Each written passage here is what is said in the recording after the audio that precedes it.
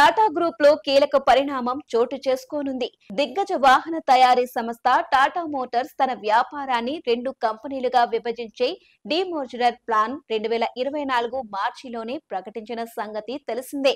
2024 ఆగస్టులో బోర్డు సైతం ఆమోదం తెలిపింది. Tata Motors passenger vehicle, commercial vehicle అనే 2 కంపెనీలుగా మారనుంది.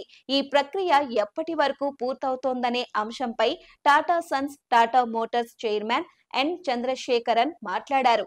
జూన్ 20వ తేదీన జరిగిన 80వ వార్షిక సర్వసభ సమావేశంలో స్పష్టత ఇచ్చారు. టాటా మోటార్స్ డీమర్జర్ 2025 క్యాలెండర్ సంవత్సరంలో పూర్తవుతుందని తెలిపారు. ఏడాది చివరి నాటికి టాటా మోటార్స్ సంస్థ 2 కంపెనీలుగా మారబోతోందని తెలుస్తోంది.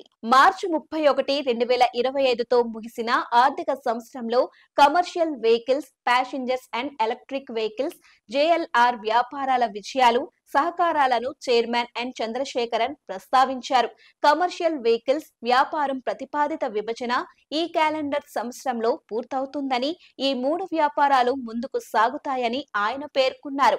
సాంకేతికతలు వేరుగా ఉండటం వల్ల విభజన ప్రతి కంపెనీకి పనిచేసే స్వేచ్ఛను ఇస్తుందన్నారు chairman N Chandrasekaran.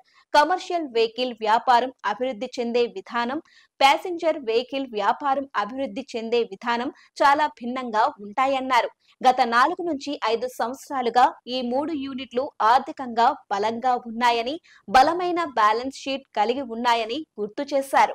Tata Motors విభజన ప్రణాళిక ప్రకారం షేర్ ఎంటర్టైన్మెంట్ నిష్పత్తి 1:1గా నిర్ణయించారు. దీని అర్థం టాటా మోటార్స్ కు చెందిన ప్రతి షేరుకు వాటాదారులు కమర్షియల్ వ్యాపారాన్ని కలిగి ఉండే కొత్త కంపెనీలో 1 షేరును పొందుతారు. 2 కంపెనీల షేర్లు ఒక్కొక్కటి 2 ముఖ విలువ కలిగి ఉంటాయి. కార్పొరేట్ చర్యలో వాటాదారుల భాగస్వామ్యం కోసం అర్హతను నిర్ణయించడానికి టాటా మోటార్స్ విభజన రికార్డు తేదీని త్వరలో ప్రకటించనుంది. కంపెనీ మార్కెట్ విలువ 2.49 లక్షల కోట్లుగా ఉంది.